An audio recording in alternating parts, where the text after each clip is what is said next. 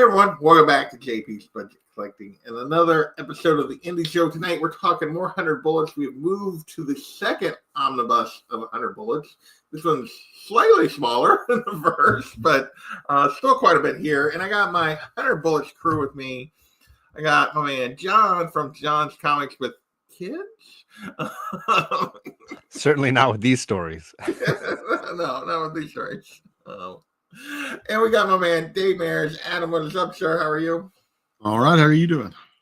I am doing well. I'm ready to talk a little more 100 Bullets. We got Strychnine Lives and Decayed, volumes 9 and 10. We are moving through. We only have 3 volumes left after this. So, yeah, we're going to get started tonight. Before I do that, because I'm liable to forget at the end of the show, I am going to shout out my members real quick, because sometimes if I do it, wait till the end of the show, I often forget. So I do it at the beginning. So when I'm live. So big thank you to my members. Appreciate all of you helping me cover my StreamYard costs, which we did last month, which means we are doing a giveaway. It looks like I am going to be around, so I'll probably do it not this week's Indie Show, but probably like the May 3rd Indie Show, or not Indie Show, whatever report. And yeah, if you are a member, you still got time. We are giving away a hardcover copy of Catwoman Lonely City and the first 2 issues of the 90s Jim Ballant Catwoman run. So that is the giveaway. So we are doing a giveaway this month because we did actually make more than it cost to pay for StreamYard. So woohoo! So thank you to those. We have my man GT Key in here tailgating early. What's going on? And Kenneth Bird is here already and ready to go. Hi to you. Glad you were here. So yeah, let's dive into 100 Bullets. Seems like we're starting to get into the end game now, although we do have a little bit of side stuff in here, but mostly we're moving on the end game. Before I let John go, Adam, this is your first time reading this section of the story. Big picture, what did you think about these 2 volumes? Again, a pretty good mix. Didn't seem like a whole lot of new characters, but a lot of more backstory and other info on existing ones and further story on existing ones. Just another really good read. Okay, John, what about you? What did you give me a little hint? What do you think of these 2 volumes? This portion of the story. I mean, I joked before we went live that I do feel like we're in the sort of decline portion of the series. For me, I definitely was frustrated with portions of Strychnine Lives where I was like, it's not as tight. It's a little more scatterbrained. It's a little more like just like shock graphic and not necessarily like serving anything useful in the story for me sometimes. Right. There's not as many like good, interesting, emotional twists as I kind of enjoy from some of this. So there's fewer of those kind of, oh, no way kind of moments. And so as a result, like I would say compared to 7 and 8, this is definitely like a step down for me. I get that. I totally get that. I feel like here, the side stories we got here were of less value to me. Like, and I don't know if it was because I'm invested enough that I'm ready for like the end game of the main like arc that we're getting, or if it's just they weren't as good. But I don't feel like the stuff with the bellhop and the drug dealers and and some of that stuff just didn't. Yeah, like you said, seemed more shock value than actual value to the story. Some of the side stuff, the lady that's cheating with Victor and like all of that, it just didn't hit as well as the main stuff did in this book, in these 2 volumes. And I think, so I'd agree with you at back. I still enjoyed it quite a bit. I do feel like, whereas early in the story, although a lot of those stories ended up coming back and being a part sort of the main story in some ways, these I didn't feel like carried the weight as well as it did previously, but that was just from my perspective. So yeah, let's dive in though. Let's dive into these stories because there's a lot here. Whether you think it's good or not, there's a lot here. These next couple of shows are going to be packed. Yeah. So the start of this is we see that Lono and Loop, as you get from this one cover, have gotten out of jail, just like Shepard said. And that's a movie. That's a movie poster homage to Superfly.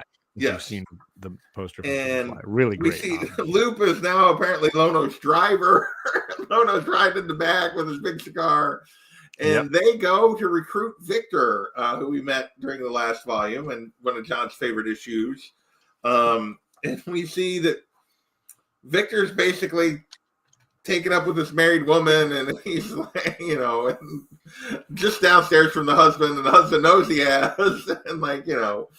But what did we think of the dynamic here of Victor, Lono, and Loop as they go and try to recruit Victor to what Lono thinks is his side, but we're going to talk about what sides there actually are here and later as we get through this. But as opposed to Graves' side, because Lono very much thinks he's at war with Graves when may or may not be the case.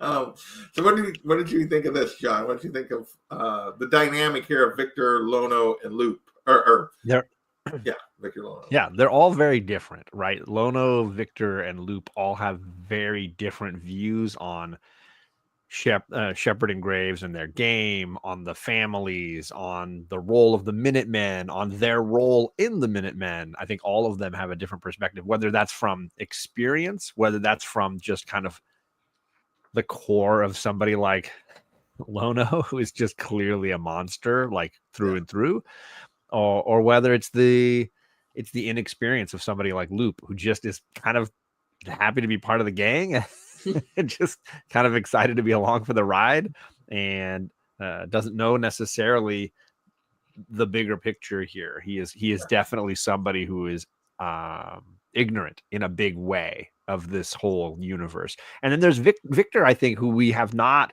had a lot of time with, really just been the one issue. To this point. And he's clearly somebody who, I mean, he was the first one awoken. Lono's the only one not put to sleep, right? So they share this kind of dynamic as far as being, I would say, the two most aware Minutemen in some way or another. And Lono is just like a dog with a toy and just wants to tear this whole thing up. And Victor seems more like really worried about like what this is going to mean, because he feels like the stakes are way higher than he would like them to be. He's not as comfortable seeing it at this height. That makes sense. Yeah. What about you, Adam? What did you think of this dynamic we get in this first issue as Lono and Luke go to recruit Victor? Yeah. You know, it really, to me, one of the things that, you know, just keeps coming up is how, you know, I don't know, punching above his weight class Loop is. You know, it just seems like, you know, you think he's starting to get it, and then he does something that you're like, oh, okay, maybe, you know, maybe not, or, you know. Luke skipped the minors. Like he went from like A ball to the bigs. Like he didn't, you know, he didn't get he skipped the minors here. He's not he's a little in over his head, but he's trying to make this work. And he's got a pretty good head on his shoulders for, you know, where he's came from and all that type of stuff. He's came a long ways, you know, but he's still, you know, there's those parts that his inexperience shows up. Yeah. So we see this, I guess, just kind of wrap this up here. At least this first issue is really just them recruiting him. We see where Victor's at after we got introduced to him. He's just hanging out with some married woman and, you know, just having a good time. And they come to recruit him, and you can see that, like, you could tell that he and Lono were not the best of buds. Like they definitely do not see eye to eye on how things should go down.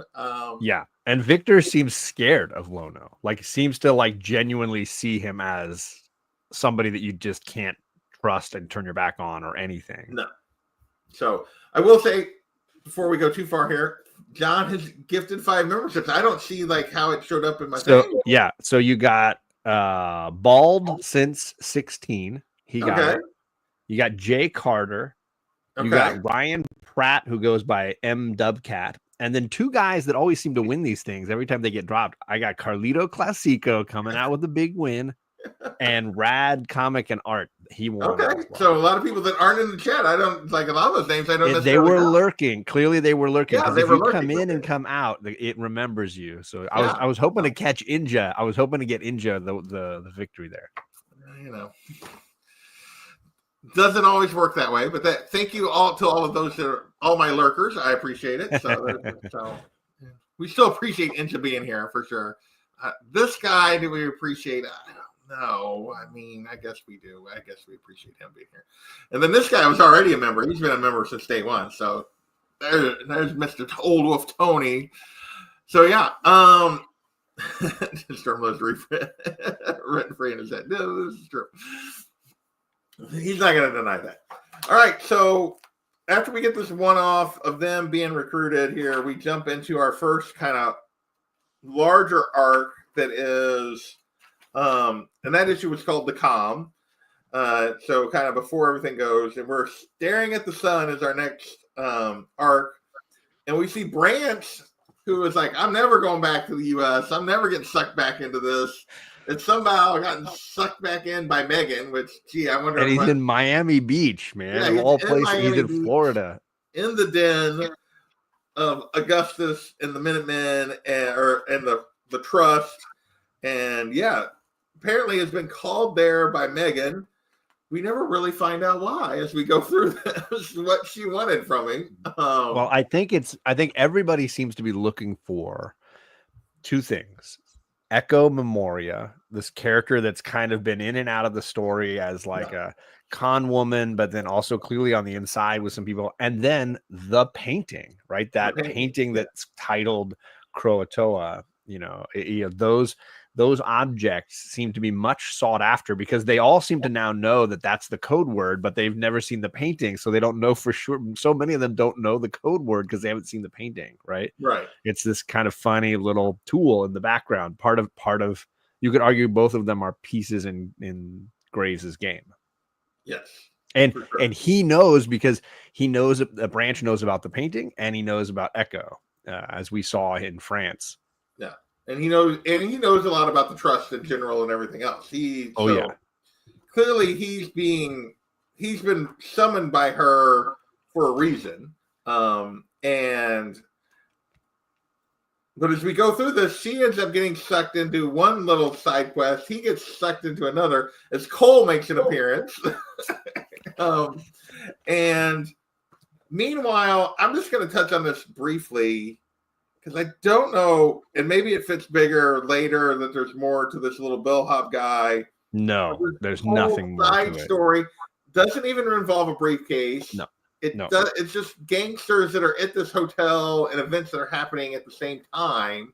So if you remember, I guess maybe go ahead. So if you remember, there was that storyline where I think it was Graves or Shepard at the park talking to somebody, and in the background there was all these drug dealers and things going on, and it was really just a metaphor, right? Like, oh, what was happening over here is reflective of kind of what's happening over there, and obviously it's the same here. The problem is what works in a single issue as like an interesting analogy doesn't work for me in like a 7-issue story when it's like I'm already sick of these guys after issue 1. Like I don't want to keep jumping to this hothead drug addict guy, this kind of loser bellhop, these drug dealers. Now it ties together, I suppose, in the sense that the beginning of their story and the end of their story kind of connect in a weird kind of way, but it seems so pointless, so frustratingly pointless.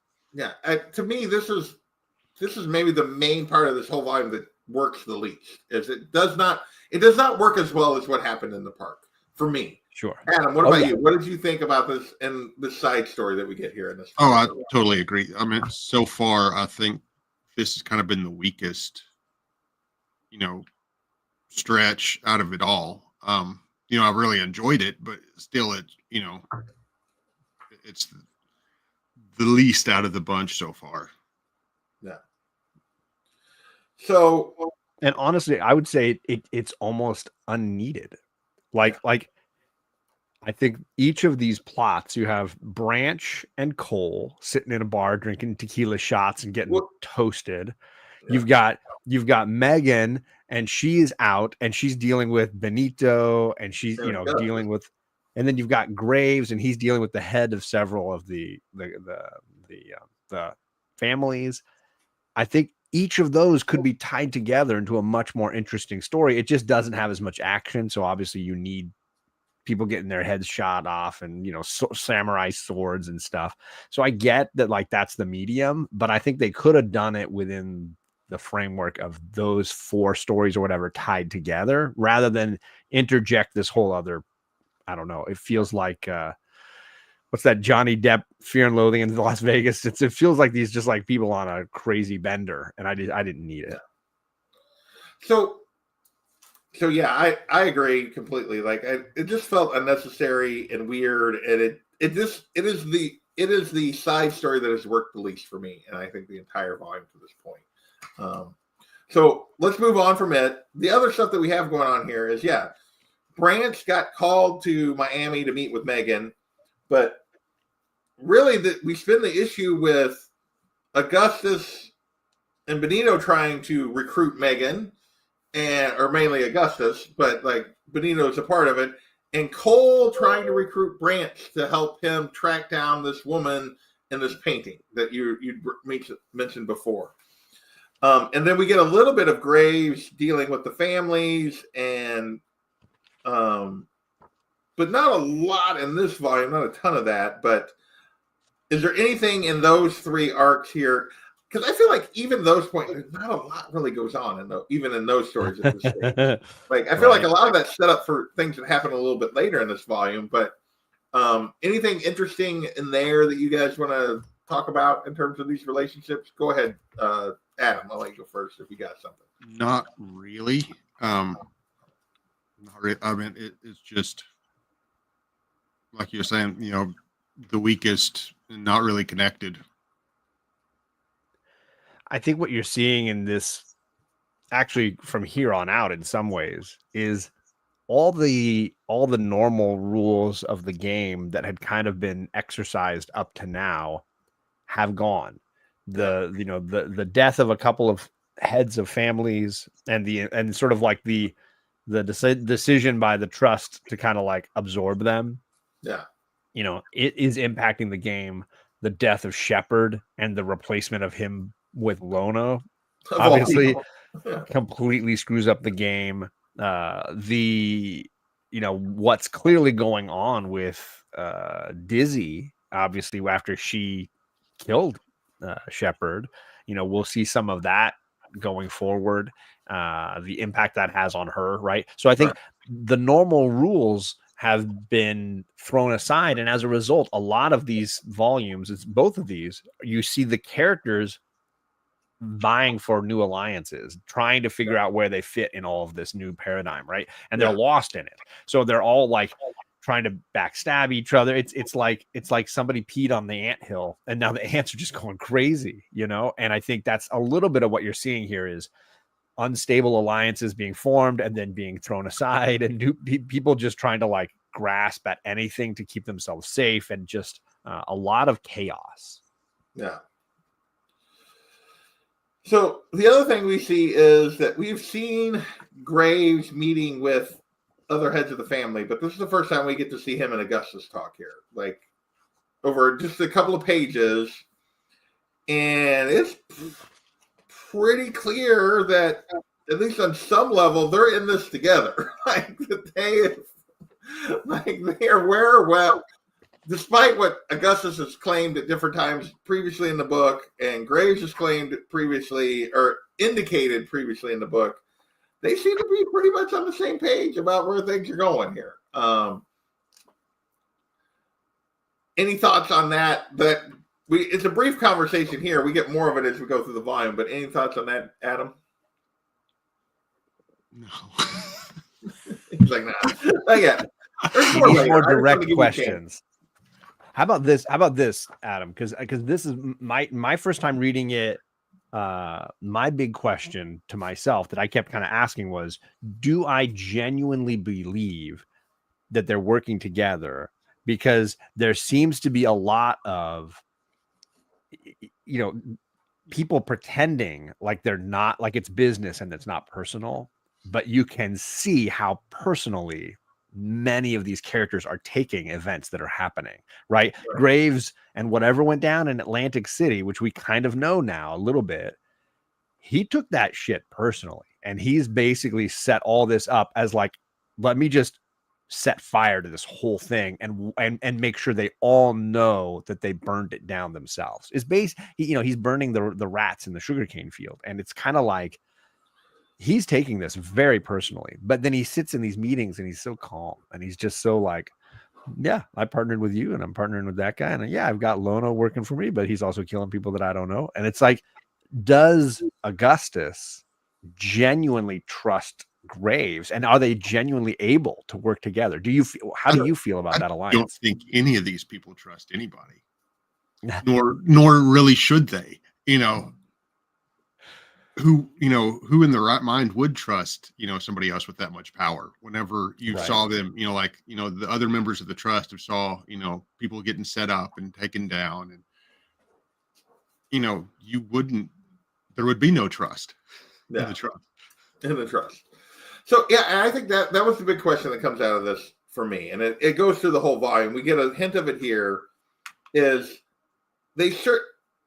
Azzarello certainly seems to be trying to imply at this stage of the story that no, actually, Graves and Augustus are in this together, and this is their plan and not Graves' plan or Augustus's plan.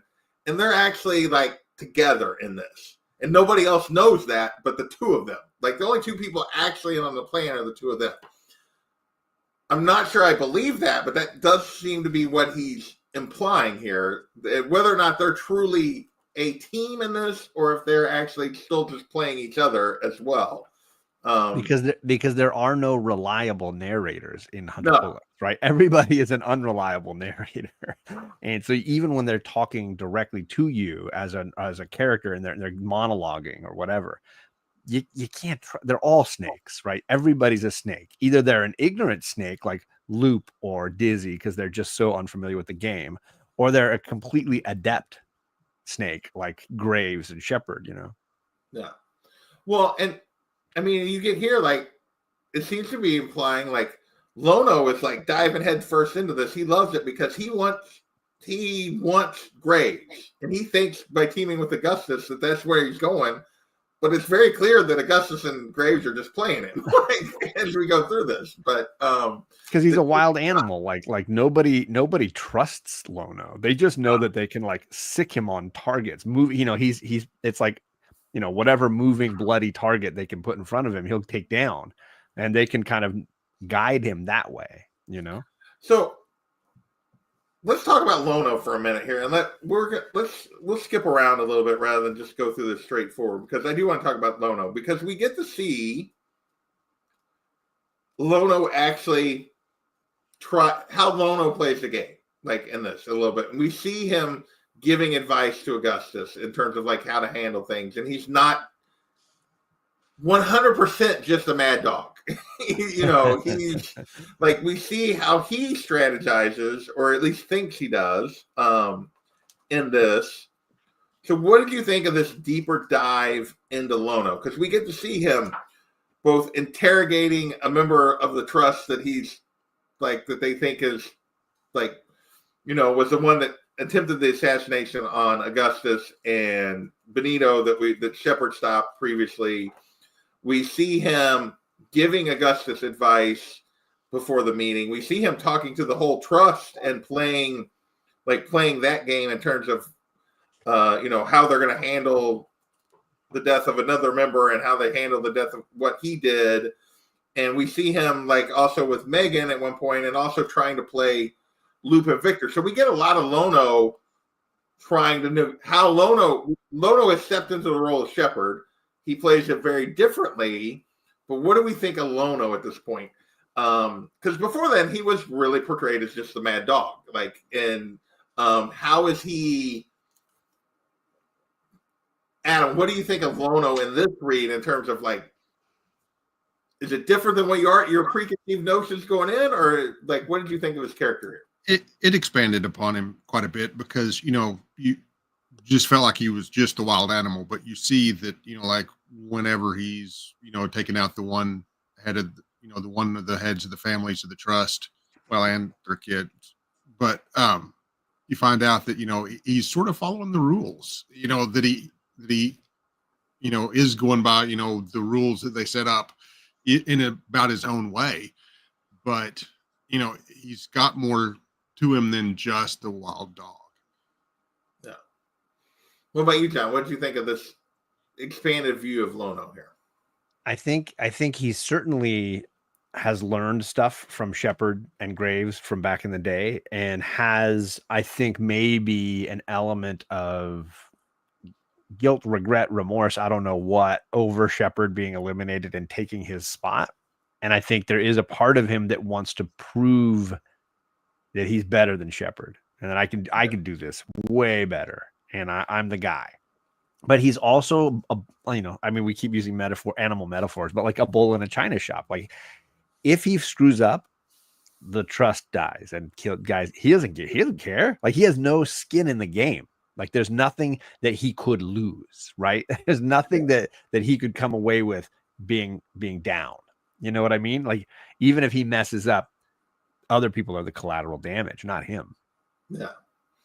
Yeah, I thought it was interesting because it does give us that, like, before this, we hadn't really seen that Lono truly had like any kind of strategic thoughts in his brain at all. It was just like, I'm going to walk through whatever's in front of me because it's in front of me. But I mean, we had glimpses, right? Because in jail, he was like telling Shepard, I already know who your guy is. I figured it out when you came for a walk. He could see through Shepard. Now, the thing is, Shepard knew he would see through him and was happy to kind of lead him down this path. And he couldn't tell him to train Loop, but he could set them together and give him a little bit of a push and let him figure it out on his own.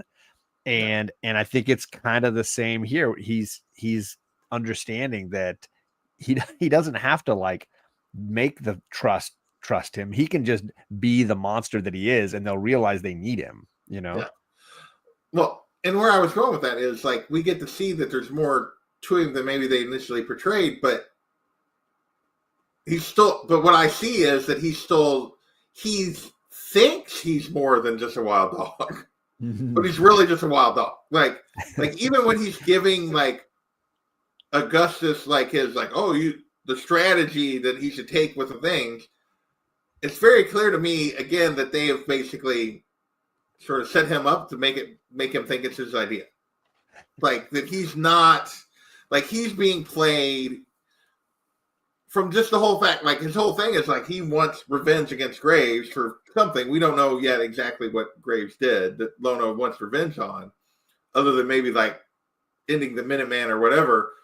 But it's clear to me that like he's being played.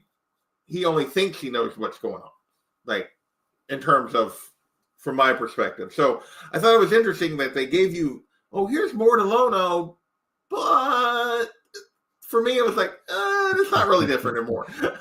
So any other thoughts just on him before we kind of move through some more of the story here?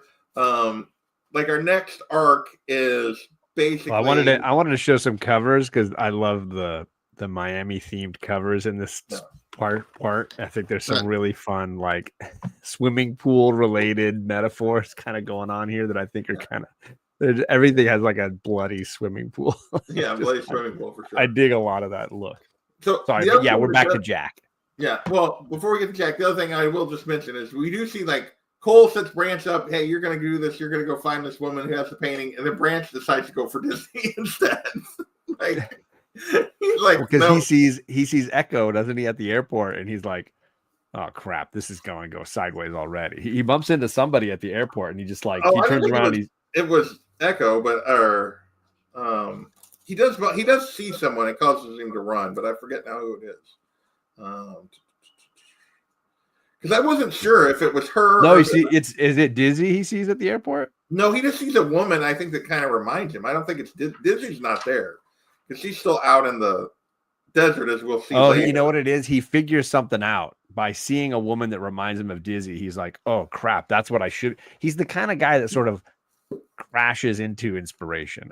Yeah. That's the kind of guy Branch is.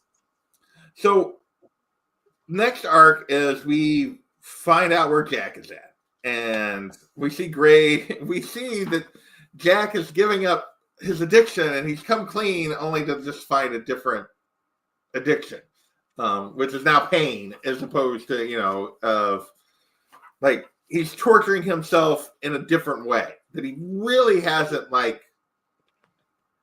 he's not torturing himself with drugs at the moment, but he's using violence and pain as his drug. So what did you think of where we find Jack and Graves' assessment of Jack in this volume, Adam? Don't remember his assessment of Jack. So yeah, we see he keeps calling him a passive aggressive. Yeah, passive aggressive. Repeatedly, he'll look him right in the face and by panel, it's like 3 panels: passive, aggressive, and then P Well, the last one is literally over 4 pages, 5 pages. Yeah, he's like, because Jack is trying to get him to take the gun from him. He's like, and he won't do it. And he's like, Jack's like, take it back. He says passive aggressive, and Jack shoots the gun, but he doesn't actually shoot the guy. And you see there's 1, 2. While he waits and nobody else is talking, and he shoots the gun a couple more times. 3, 4, 5 on the 5th page, he says the last story says pussy. He's like, it took him 5 pages to be like, yeah, you're pathetic. Yeah. So I remember that now because I remember him shooting the picture of himself. Yeah. And so we get that, and then we jump basically to, we don't see Jack again for a couple of issues. We get but yeah, we see that Graves is still trying to get Jack to do something. Do something. But yeah, anything but be self-destructive. He liked it when he was destroying other people and other things, but not destroying self. He has no patience for it. Graves is like, it's such a waste of good destruction to just aim it at yourself. Either do it or don't, but this half in, half out thing is just driving Graves crazy. Either have the balls to do it, you're torturing yourself, just kill yourself or pull yourself out of it. Yeah. And it's what Graves is trying to do. And we see Jack but he also doesn't wake him up during any of this. No, that comes later. That comes later. Which I love. Yeah. But we also get Victor Ray and Loop on a mission where we can't quite figure out what it is they're up to. And it's other than Victor messing with the kid, other than Victor just that was something else I want to talk about is Victor is relentless. Victor and Loop, we get to see Loop has been taken into this, and Lono's clearly mentoring, and I think he knows what Lono is, but he's clearly and he thinks he's gonna okay, I'm gonna get this sane mentor maybe now in Victor, and Victor is just button, push button. Victor doesn't want to be a teacher or a dad or a mentor. He's like, I don't want any of that. If I'm stuck with the kid, I'm going to entertain myself, if nothing else. Yeah, he's just entertaining himself by pushing all of Luke's buttons every chance he gets. Just, over and over again. What did you think of the Loop and Victor dynamic here, Adam? I meant, like you said, just pushing the buttons, the should I take a drink? I don't know. Should you? Perhaps to take the edge off, but don't get drunk. And then the stripper and just the one button after another, and but to me that just sort of proved how again sort of how green Loop is to this whole world. Yeah, and it made me wonder, is he pushing these buttons to make him adapt quicker and become, or is it just because he can't stand mentoring him, or is this just his twisted way of mentoring him? Or is it exactly what he says later when he's with Loop, and he gets a phone call from Graves, and he's like, "I'm bored." He's like, "These guys are boring." Like, that could be too. Yeah. Because I actually felt like I was like, because at first I thought, okay, maybe he's actually trying to like teach the kids something with this and pushing the kids' buttons constantly. But then when Graves calls him and he's like, what are you doing? And he's like, I'm bored. It's like these Lono and Loop bore me. He has no interest in what they're doing. But what they are doing is trying to kill Megan. What did we think about this little twist here that they, somebody tells Megan that, like, Cole comes and tells Megan she's in danger, and then they Victor shoots her, clearly with the intent not to kill, although where the wound is and stuff, because we know Victor enough at this point from the scene in 50 that, like, if he wants you dead, like, you're not going to survive him shooting at you. So, and it was right there. So yeah, he had to have used something that, was not intended to kill her, but just send a message of some kind to someone. Clearly Megan has bulletproof, fake boobs. So like those things, bullets just bounce off those giant things. Well, potentially. Those that's a lot of silicone. But what did you think of this twist here? Because we see, like, Augustus is trying to recruit her, and then Lono is clearly taking his guidance from Augustus, and then they have Victor and Luke shoot her. What did you think of this twist here, John? I mean, I legit thought she was dead when I read the issue. Like I the way that we've all felt about Lono when he got gunned down is like, oh yeah, dead. Like she's absolutely dead. The shot of her, even the orchestrated kind of way Eduardo Rizzo panels it out, like you think, Luke's just there. Luke looks like he's a gangster movie assassination. Like it's all laid out that this character's dead. Yes. Yeah. And Luke, the way he's like eating and intentionally ordering certain things certain ways, and then moves his chair at just the right moment. The way Victor Ray's just sitting there waiting for the perfect opportunity, the distraction, right? Like the grassy knoll or something. Yeah. It's wonderful, the whole design of it. And I thought for sure she was dead, she was toast.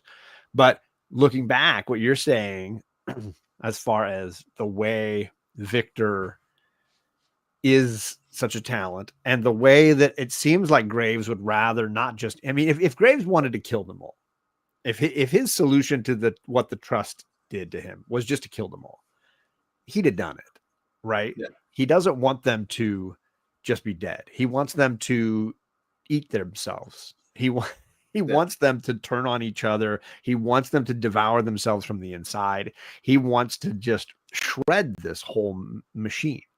And what better way than to take one of their most powerful players, this character Megan, who we have seen be ruthless and just absolutely cutthroat, and rob her of her feeling of superiority and safety, and make her, unsure of herself, panic-stricken, and fearful. No.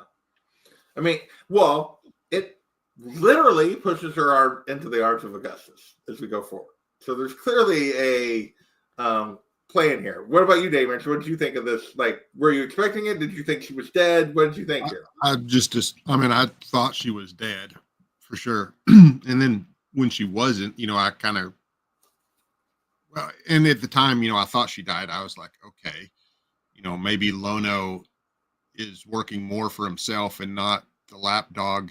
It looked like he was there for a little bit, and maybe he does have some more coordination than just the wild animal. That was my first thoughts, Well, and that's where I was at. I was like, okay, he's out for revenge against everybody, and he's doing this was on his own. It wasn't until we found out she was alive, and then Augustus immediately basically takes advantage of that weakness to make her belong to him. Basically, is when it's like, okay, no, there was a bigger thing at stake here. The next issue is our only glimpse of Dizzy in these two volumes, and it's basically now Branch at least spent some time with her. Benito saw her for like 30 seconds, and and apparently that's enough with Dizzy. Is these two go? We're following Branch, but they both go looking for her in the desert, where her and Wiley have been hanging out since she killed Shepard. Intentionally, unintentionally, she heard the word, and it did something to her.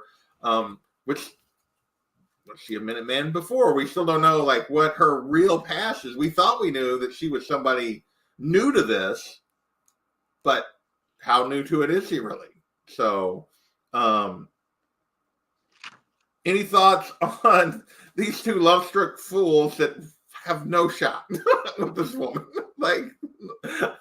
Adam, any thoughts of them going to what is their end game? What do they think she's gonna love them? I don't get it. I don't know. That's I didn't quite get the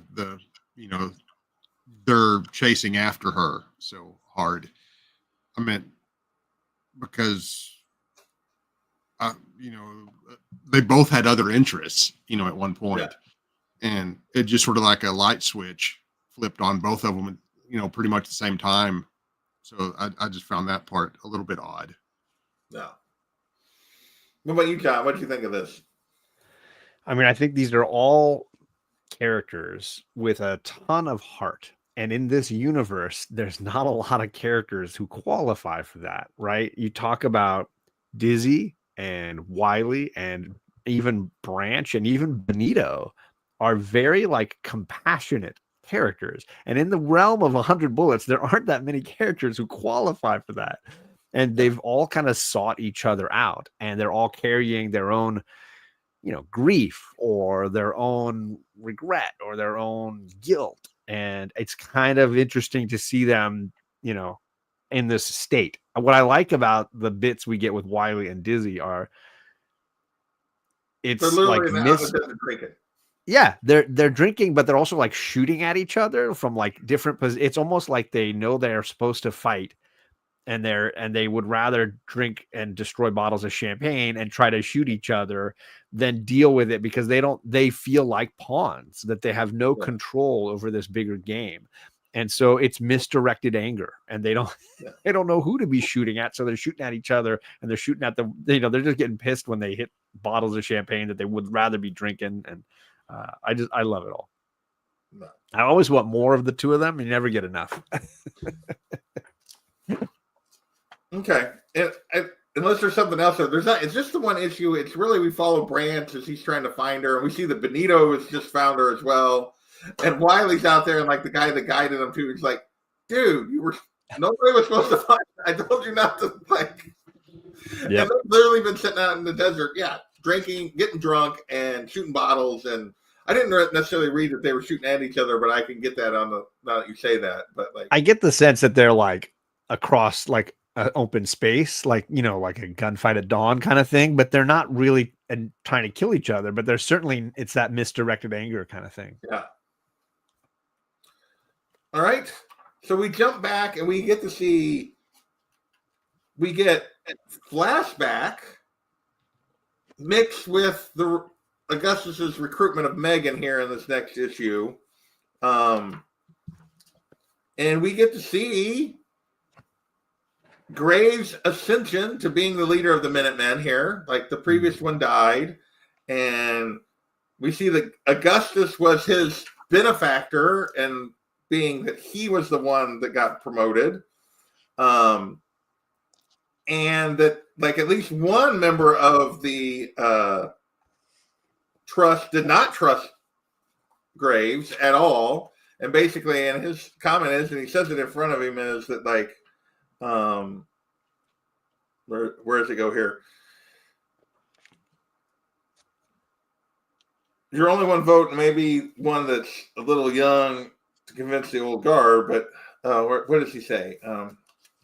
Sure, Mr. Shore would agree. Where is it at?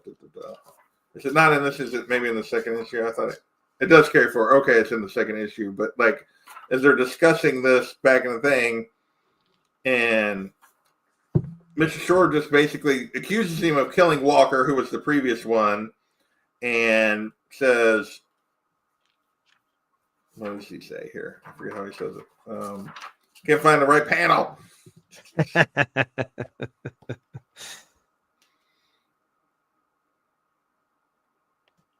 He says, your world just got worse. He's like, because you've let your fate fall into the hands of a man who believes fate is his. And he basically says that Graves is not trustworthy. With Graves as its agent and backing by other houses, the Minutemen now have an agenda, which I think is ultimately, I believe it's ultimately his own house. So Graves is like, that's not my agenda. But clearly, Mr. Shore sees Graves for what he was. That he was a man that wasn't just serving the trust, had his own plans and his own agenda. So what did you think of the flashback that we get here? I think it's more interesting than basically Augustus getting Megan into his bed. But what did you, and that's the other thing that's going on in these couple issues. John, what did you think of this flashback? And we see that Graves' ascension here. I do think it's interesting to give a perspective beyond the current moment, and it's nice to see some of those, flashback kind of sequences, especially with a younger Graves before the game was all consuming in his life and revenge was his whole focus. I will say I don't love it and don't feel like it's like vital, but it does add a little flavor that I think is worth the time. What about you, Adam? Yeah. Sort of the same. It's another one of them that, it was good to get the info, it filled in some backstory, but, and a lot of these two volumes, it just sort of felt disconnected from a lot of the rest of it. I think I liked it better than you guys did, because I do think it's clearly, again, trying to imply that Graves and Augustus are in this together. Like it had been from the beginning. Whether that's true or not, that's clearly what he's trying to imply by giving you this snippet of how Graves came to power and that his primary backer was Augustus. So it's a clear intent to the discussion. I also think it gives you, for me, I thought it was an interesting insight into Graves that despite his denials here, Graves has always been a man with an agenda, whether it was his current agenda or not. That a lot of Graves was about Graves always, and what he wanted to see or what he thought it was right, even if it was sort of outside the rules. And Mr. Shore could see that where the others could not, in a way. Like they just saw Graves as super effective. He saw Graves was super effective because Graves had his own plans for how things were supposed to be. So I found that kind of interesting.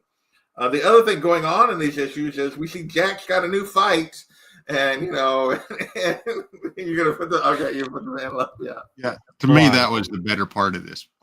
This moment, come on, I gotta know, Adam. When you turned the page and you saw his new tattoo, yes, yeah, I gotta know how you felt, man. To me, that was probably the highlight of these two volumes.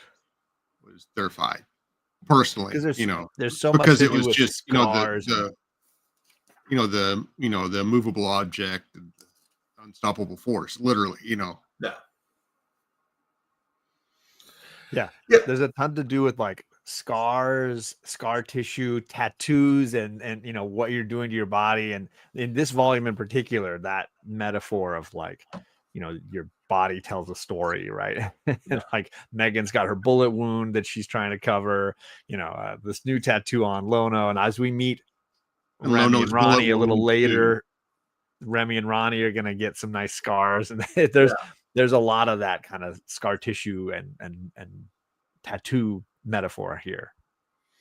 Yeah, for sure. So we get Jack is got a new opponent. It is Lono. We see that now that Lono knows the secret word, he's using it how he thinks he wants to use it. So he's waking Jack up.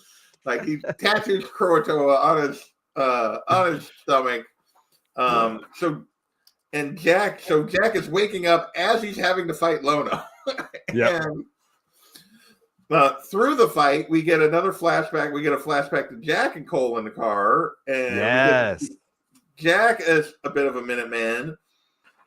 And basically we see that like people are like and Victor and Loop, Loop bet on Lono or whatever, and Victor's like, what are you doing that for? Because we see that like Jack still wins this fight, like even though you wouldn't expect it, like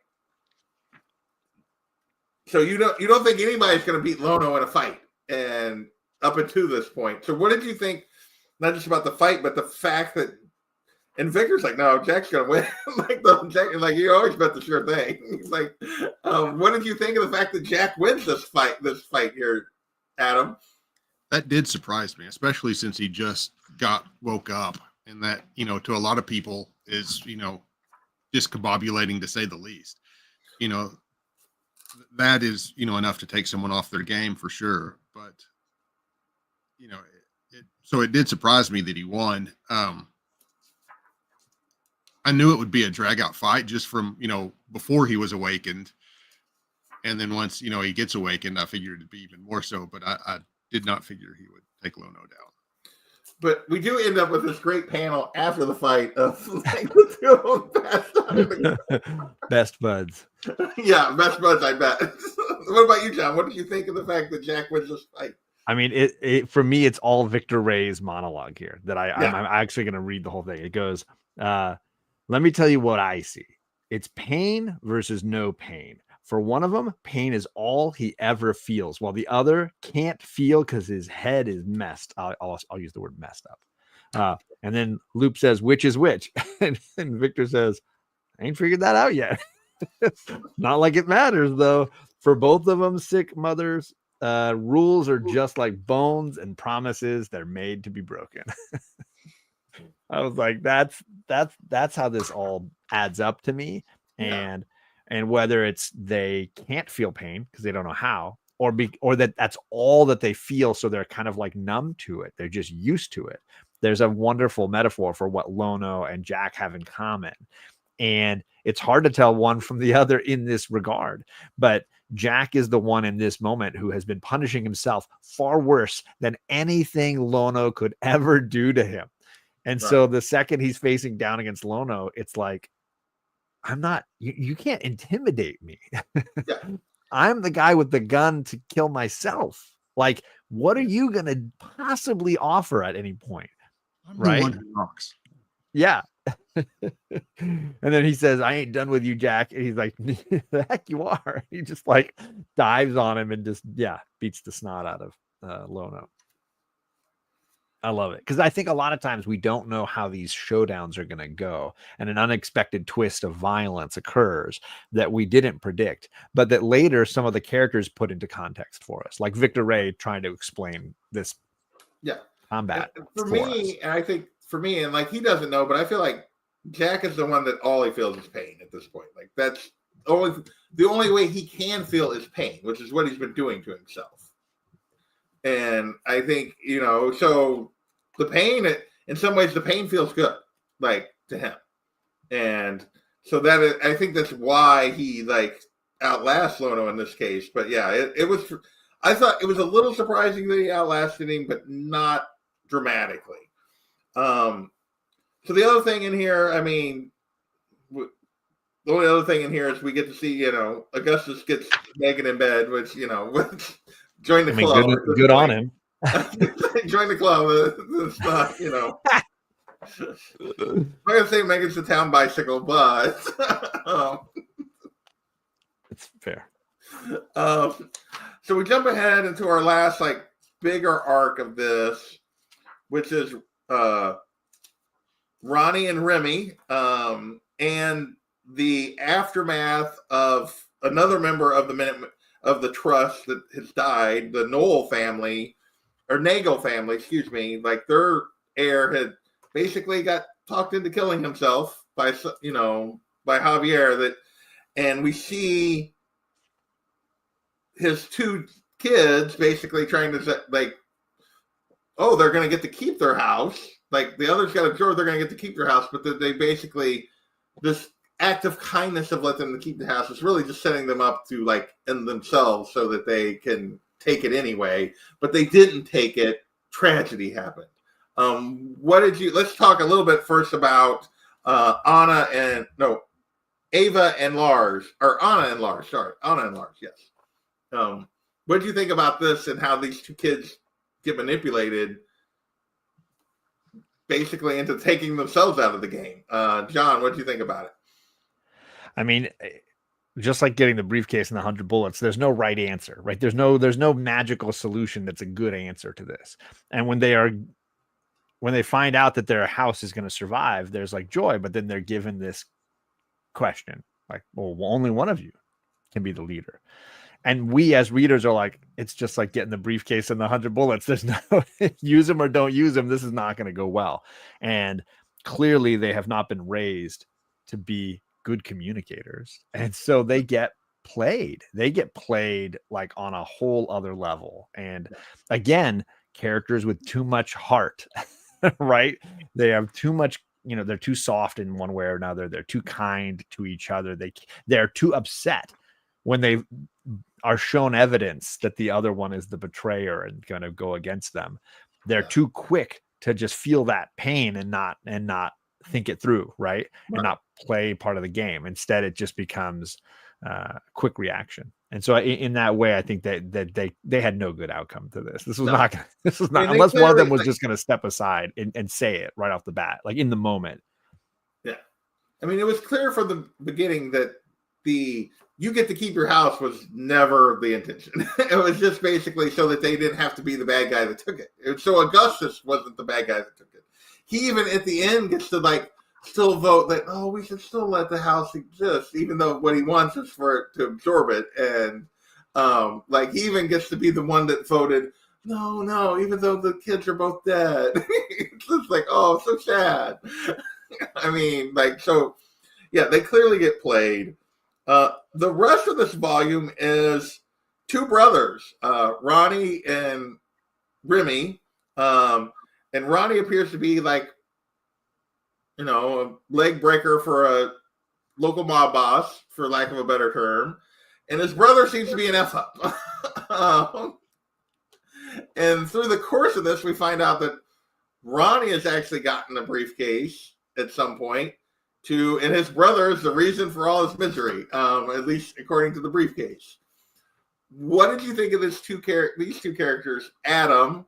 And did you expect it to turn out the way it turns out here in terms of which one's which in terms of the bigger picture?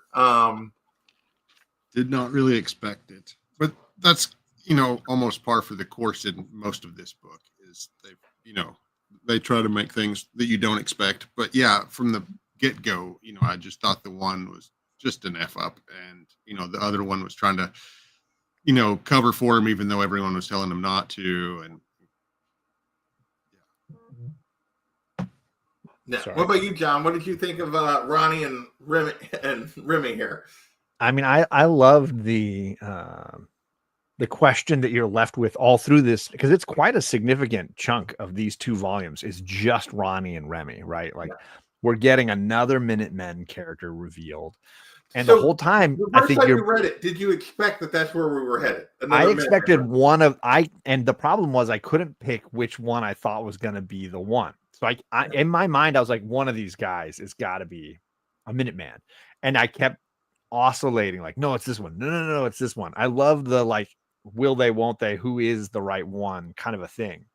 Yeah. And they're clearly alike, but there's a couple of moments where we can see, like I think a lot of the Minutemen, how when they are free in the world, they unravel, right? They're only as good as they are when they're on the job. and Remy is a classic example of this. He has just become a screw up, and he's trying to be a butcher, but he's everything's a mess up. He can't quite do anything right. Even though he's ultimately not the one stealing from the mob boss when we get to the end of this. He's not even, he's just being a butcher. Like he didn't mess it up. Literally doing the right thing for what? Yeah. But everybody suspected him because he is a screw up. Yeah. So I will say for me, and I think maybe it was because of the story that we had previously that we talked about that none of us really liked with the bellhop and the gangsters and stuff. It's like at first I was like, okay, I thought, okay, Ronnie's gonna be a Minuteman, and then as the story went along, I'm like, no, this is just another story. And then I was like, oh wait, no, it's like before we got the reveal there right at the end, I was like, oh wait, no, it's Remy. So like, but for most of it, I was like, I just thought it was just like I had given up on the fact that it was like I don't think this is actually like going to be another Minuteman story. I don't. And so I was fooled in the middle that like no, that's not where it was headed.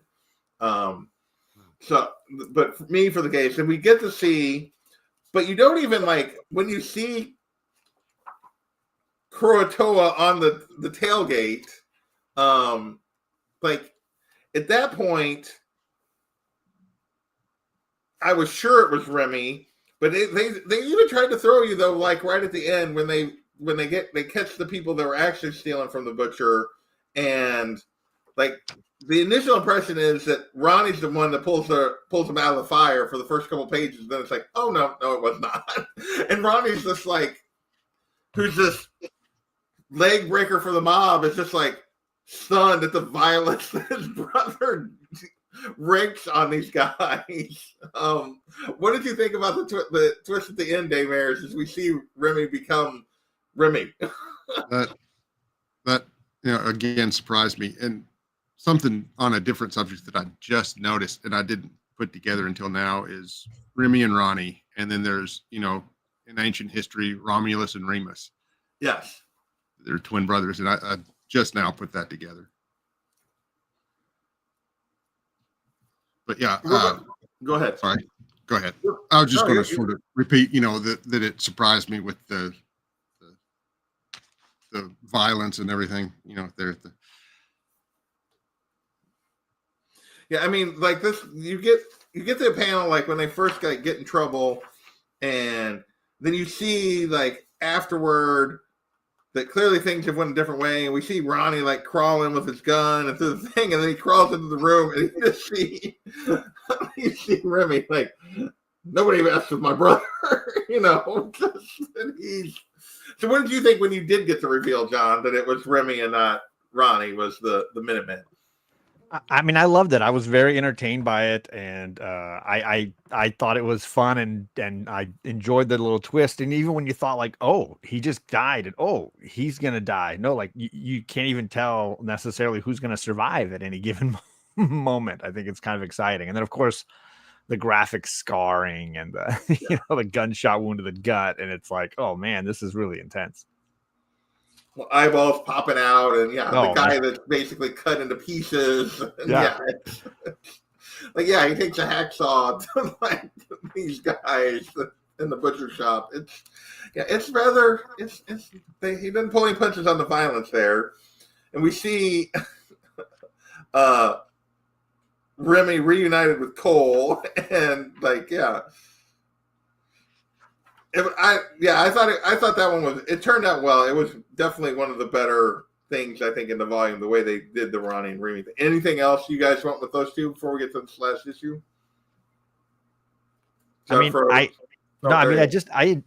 enjoyed it. I think it could easily have felt like some of those stories in volume 9, but I think I got into the two brothers and I was rooting for them to just be better, and they're clearly not living up to what they could be. But Remy at the end when he's awoken is he's scary. Like he's very intense with the scars on his face, and he's just like he feels like a tinier version of Lono there at the end. For sure. He definitely comes across as one of the more like, whereas when you got the reveal with like Victor, it was so like calm and cool and like no emotion whatsoever. And then Remy is very like Lono like in terms of like the crazy in the eyes. It's like, let's all about this violence. Let's do it. Or the Kurotoa in the snow on the back of the car. Snow on the back of the car. Some fun little wake up moments, but you're still not sure who woke up, right? Yeah, you aren't sure. They both react. Which one of them woke? Right. because even in that scene, you see like Remy has the gun and like on Ronnie, and he's like, and Ronnie's like, "What are you gonna do?" Like they're both still posturing with each other, even in that moment after one of them's clearly been woken up. So yeah.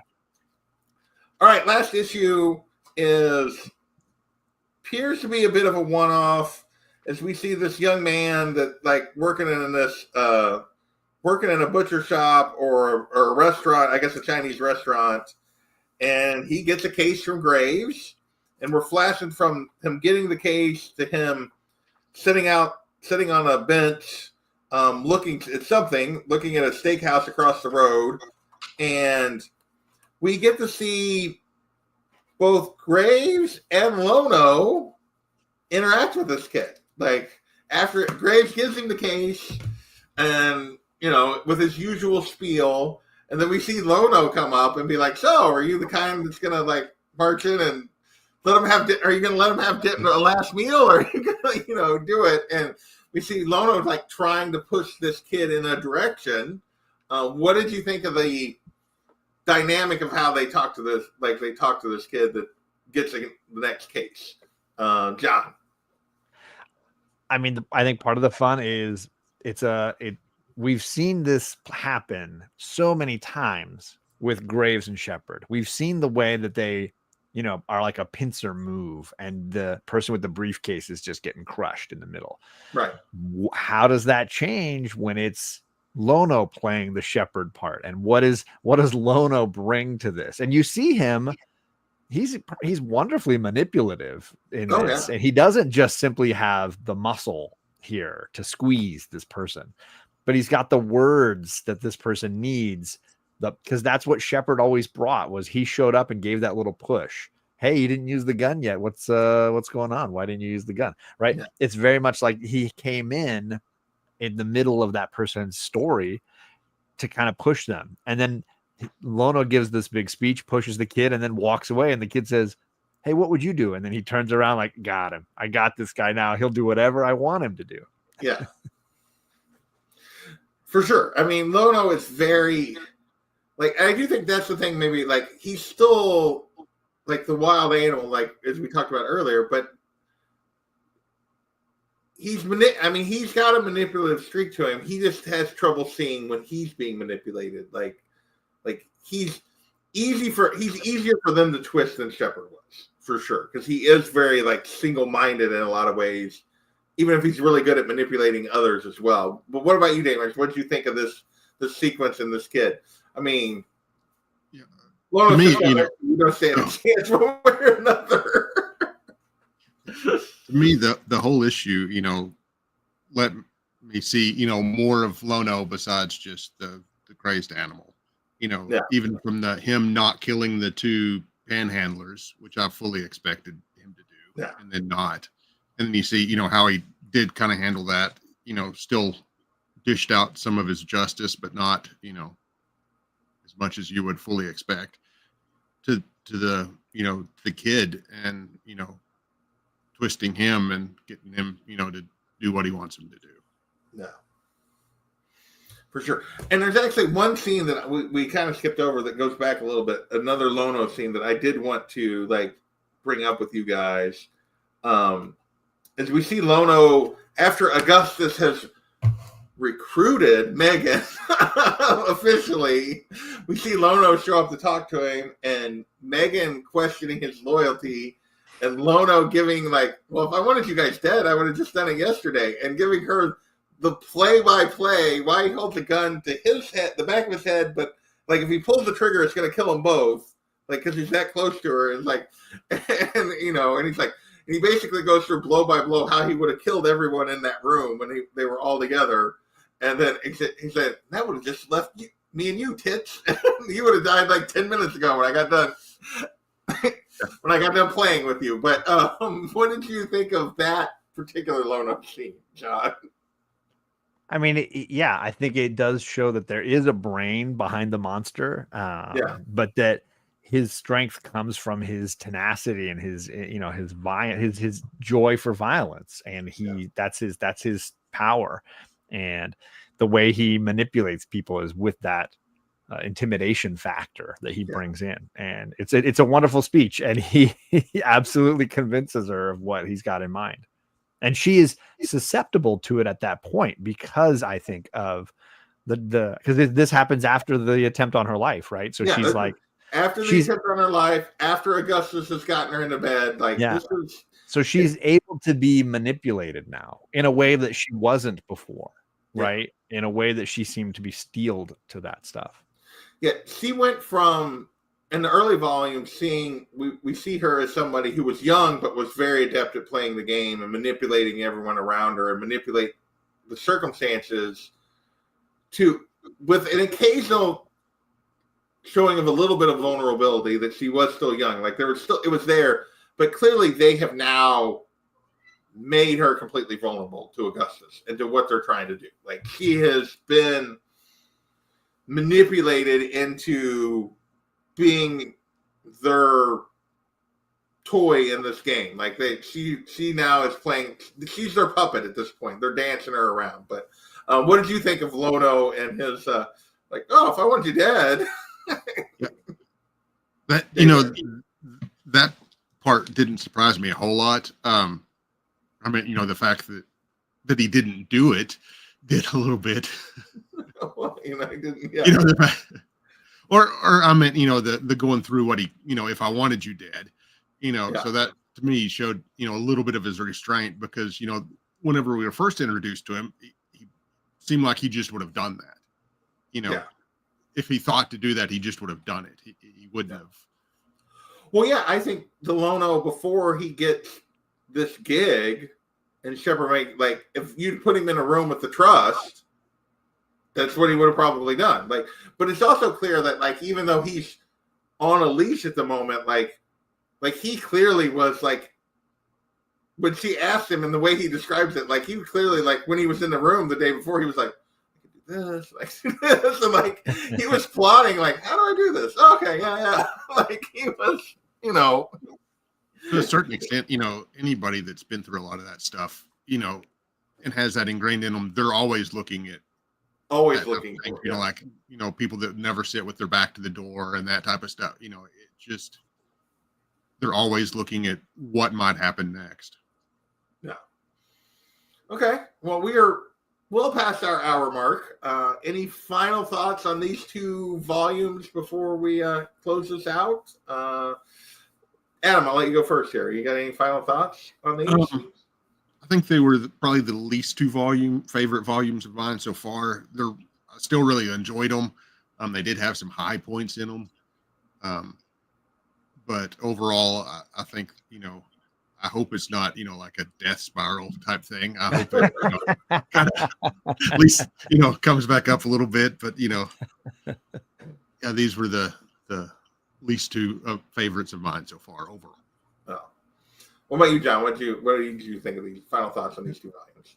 I think by comparison to 7 and 8, it's hard not to have a feeling that we've come down a step. But those were again my favorites, and those are peak 100 Bullets stories. Yeah. I do love and I think I've mentioned this a few times. The way they work the number for the volume into the title of the book is a lot of fun to me. So this last one is number 10, and it's called Decayed or Decayed. Decayed, yeah. Like it's 10 years. And then of course, Strychnine Lives. And then the next one's called Once Upon a Crime, which the word once in Spanish is spelled, that's how you spell 11 is once. Yeah. Once. So lots of those little plays. Oh, and then 12 is called Dirty. It's just called Dirty, like Dirty Dozen, right? Dirty Dozen. Yeah. And then 13 is Wilt, because that's Wilt Chamberlain's number is 13. Okay. So there's lots of fun. Wondered about what the Wilt was. I didn't know that. Yeah. They were going with that. It's Wilt Chamberlain's number is 13. But also obviously everyone has a double meaning because obviously the final volume, it's about the flower wilting away, right? But there's a lot of good. I think you can tell that Brian Azzarello and Eduardo Rizzo have a fun way with language and words, and they like playing with double, triple meanings, and and it shows in the way the characters talk. But yeah, these two volumes, the dialogue and some of the sequences can just be a little bit much, and it can be a little wordy, and it can be a little over the top. But when it works, like those moments with Lono's tattoo. It's powerful and it's really interesting. And yeah, lots of great characters on the board moving in interesting ways, and it's going to be exciting to kind of see where they all finish at the end of the story. So yeah, I think I would agree. These two were definitely a step down, and I think it's for me and us talking about it and like rethinking about it after I read it. I really feel like the step down was that one side story like drug it down like compared to everything else, because I think there's a lot of really good stuff in here. I do think for me also, though, the reliance on Lono in these books brings it down a little bit, because I don't like, we get to see more to him in this book and these two books, but he's not just the wild dog, or like we talked about, the wild animal, but he's still single-minded in a way that makes like him less interesting than some of the other players on the board, I think, for me. So I do think that the fact that we're relying on him so much also like brings it down a little bit for me overall. Not that I dislike him as a character, I just don't think he is not as intriguing to me as some of the other players. And like, so we spend a lot of time circling Lono. He's kind of taken a major role here in the absence of Shepard, and it's just like, I would rather spend more time with Wiley and with Victor and with, and some of the other like people on the board than with him. Not that it's bad, it's just not quite as the level it was before. Looking forward to the end. It was still really, really good. Like I said, there's still some really fantastic moments in here. Overall, obviously, we're moving toward the end game. I'm very interested to see how this plays out in terms of what is Graves and Augustus's shared plan versus their individual plan, like, and how that's, because I think it's, to me, like, Azzarello truly tried to like make us think as a reader that, oh no, this is Augustus and Graves are in this together, and I don't, or at least I felt like that's what he was trying to say, like with their conversations and stuff, and that they were just manipulating everyone around them. And I feel like they have a shared plan, but I don't know that it's either of their final plan, if that makes, sense. So I'm very interested to see where this goes. So we'll try to get this scheduled hopefully soon. We only got 3 volumes left. We'll do it over 2 shows. I want to thank folks for hanging out with us, whoever's still here. We had No Good was hanging out with us earlier. Old Wolf, Inja Benja. Let's see. Those were the main commenters.